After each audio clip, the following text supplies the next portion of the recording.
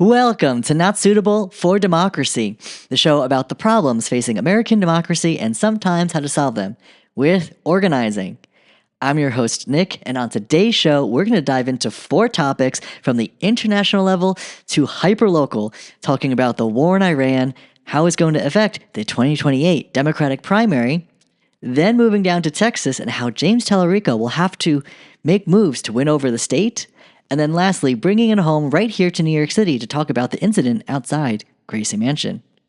All right, with a lot to talk about, let's get into it. Breaking news, we have finally amassed over 100 subscribers on YouTube for Not Suitable for Democracy. Thank you all so much for tuning in, subscribing, and sharing your feedback. It has been so helpful to make this a stronger show. So, like I say every time, if you like what you hear and want to learn more, then make sure to subscribe to Not Suitable for Democracy on Apple Podcasts, Spotify, and YouTube. And if you're tuning in on YouTube, then give us a like and a comment, and I'll do my best to respond. Now, back to the show. Starting with international news, the war in Iran rages on. It was on February 28th that President Donald Trump and Prime Minister Benjamin Netanyahu joined forces in order to attack the country of Iran, which has a population of about 92 million.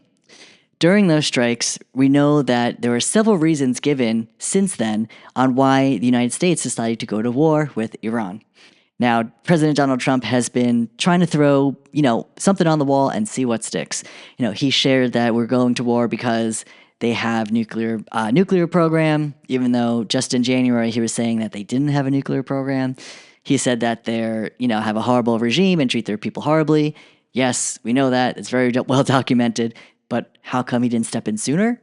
And then on top of that, there's also, the typical American reason for war is, they are Iran being a threat to democracy, blah, blah, blah.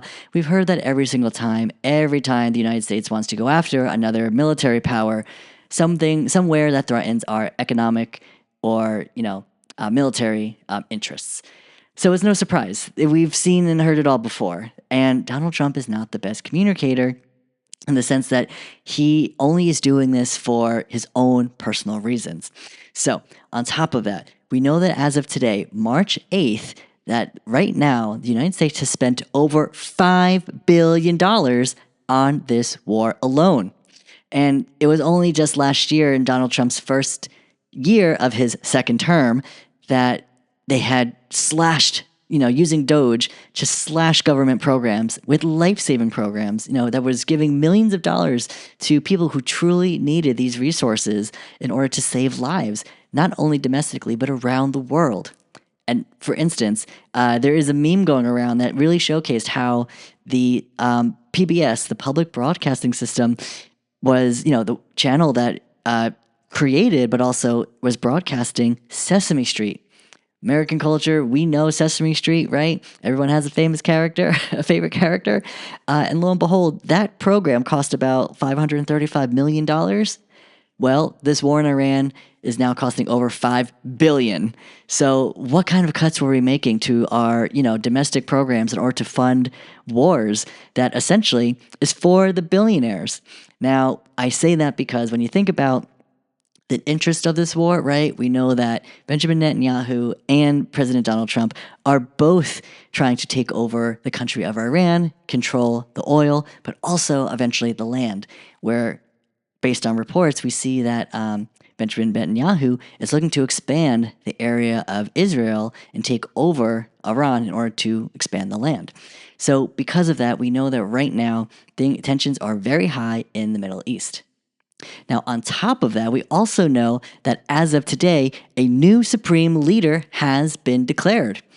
Now, within the first 48 hours of the war, the United States and Benjamin Netanyahu both had taken out the former supreme leader, the Ayatollah. Now, because Iran is more of a theocracy and more than a democracy, we know that this had a huge impact on the population.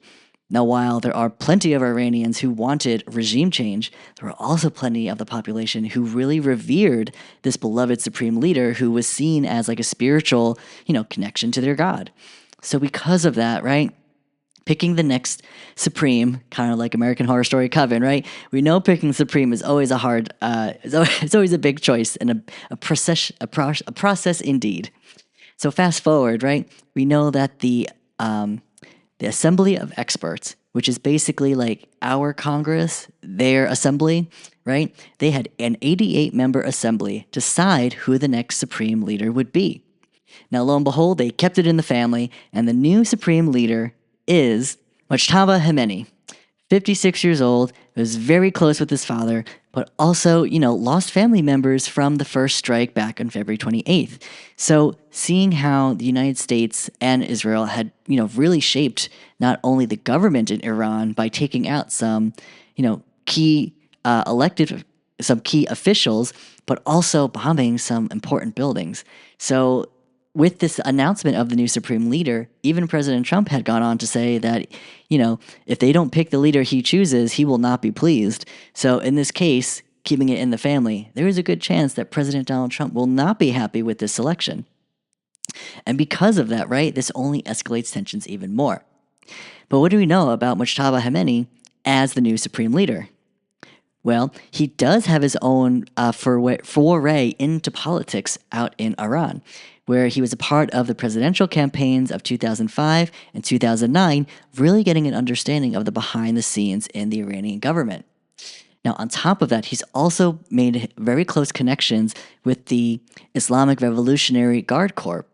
And because of that, the IRGC, this group has been crucial to him amassing power within Iran. Now, not only was he amassing power through his ties with security, but also with money.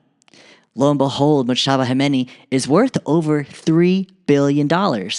So, speaking of the billionaires' war, we've got, folks in Israel who have interests in Iran. We have the United States and our billionaires with interests in Iran, particularly oil. And now we have the new supreme leader worth over $3 billion. This is shaping up to be the billionaires' war. And this will be like no war we've ever seen. Now, on top of that, we also know Mojtaba Khamenei has a $138 million mansion in London. And his wealth and assets are, all spread out throughout the world. So, lo and behold, this guy not only has power within the government, but he makes bank.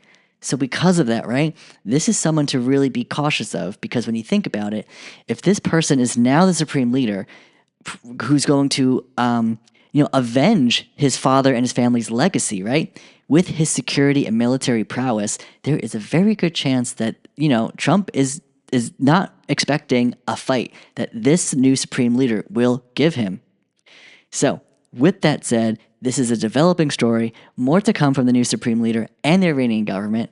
So, unfortunately, more lives are being lost every day from this senseless war. So now we as the American people have to put an end to all of these wars that are essentially funding the billionaires, the military-industrial complex, and all of the evils that we see in everyday life. So please speak out. If you can go to a protest, I highly encourage it, because if we can organize together, talk about these issues, inform the public and voters, we can eventually get these corrupt leaders out of power and essentially usher in a new era of change.